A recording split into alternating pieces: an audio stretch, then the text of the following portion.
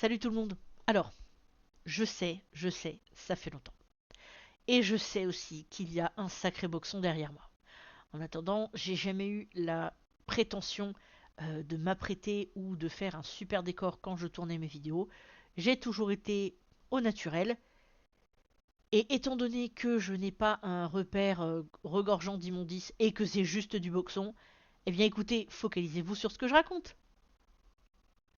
Alors en fait, je reviens par devers vous afin de passer un petit coup de gueule, qui est directement lié au short que j'ai posté récemment.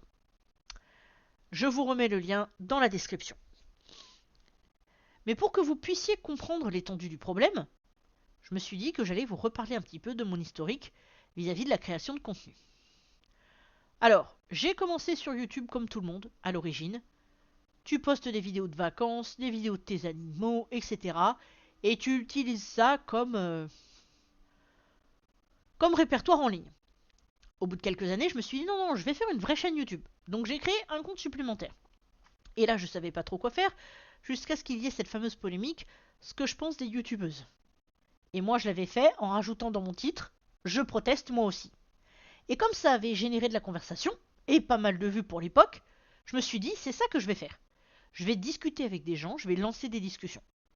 Maintenant, je me suis diversifié sur d'autres plateformes, parce que depuis, avec les discussions que j'ai pu avoir avec certains d'entre vous dans les commentaires YouTube, je sais que les contenus militants, ça vous intéresse pas trop. Rassurez-vous, je dis aussi pas mal de conneries sur l'autre plateforme, donc n'hésitez pas à y aller.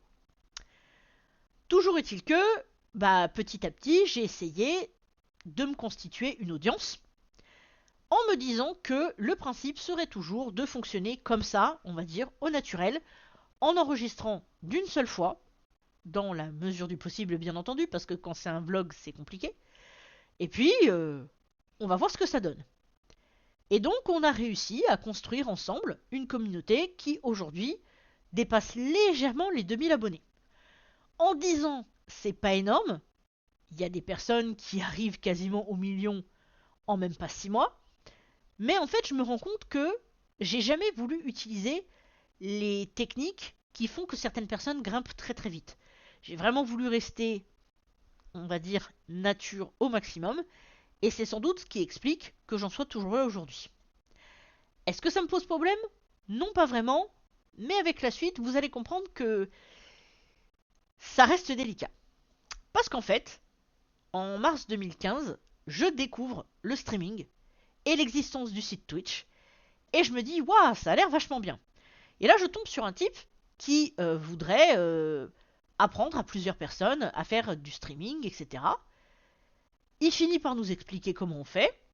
On est un petit groupe et on atterrit tous ensemble sur le site Gaming Home TV. Et le nom de notre groupe, il me semble que c'était Strelitzia ou quelque chose comme ça. Pour vous dire le niveau, à l'époque où on est arrivé sur ce site, Sifano y était encore. Pour que vous ayez une petite idée. Le problème, c'est que ce site-là finit par partir en cacahuète parce qu'il y a des gens assez connus là-bas qui finissent par se barrer. Et ce qui fait que je me retrouve aux alentours de juillet ou août 2015, il me semble, à essayer donc de me créer ma petite vie sur Twitch. Sachant que c'était mon premier compte, puisque malheureusement, suite à ce qui m'est arrivé, j'avais été obligé de créer un deuxième compte. Et il se trouve justement qu'à l'époque, j'avais commencé à me colorer les cheveux, etc. Sachant que les photos qui sont dans le short datent quand même de 2013, hein, donc bien avant tout ça. Et finalement, quand j'ai vécu ma campagne de harcèlement, quand certains forums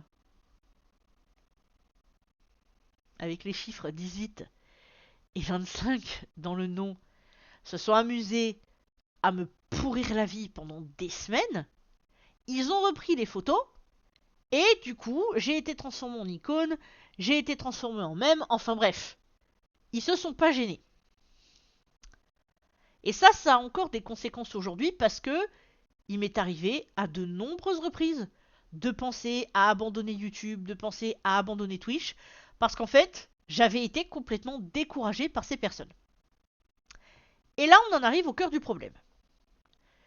Depuis quelques années, il arrive assez régulièrement, plusieurs fois par an en tout cas, que des personnes de mon entourage voient ma tête principalement sur les 2 photos qu'il y a dans le short du coup, et me disent « Ah là là Sandrine, je savais pas que tu étais sur tel réseau, que tu étais sur tel truc, sur tel bidule. » Et quand je vais regarder les contenus concernés, je me rends compte que c'est juste quelqu'un qui a utilisé ma tête comme si je faisais partie d'une banque d'images et qui n'en a rien à cirer du fait que je puisse ne pas être d'accord avec la question.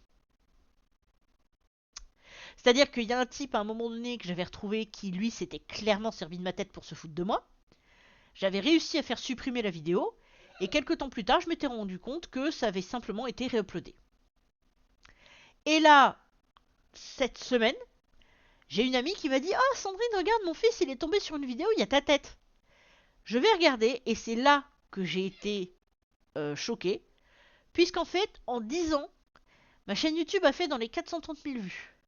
En moins d'un mois, cette personne, qui avait mis ma tête dedans un peu moins de 10 secondes, mais bon, c'était assez long pour qu'on puisse m'identifier, cette personne-là avait dépassé les 500 000 vues en moins d'un mois.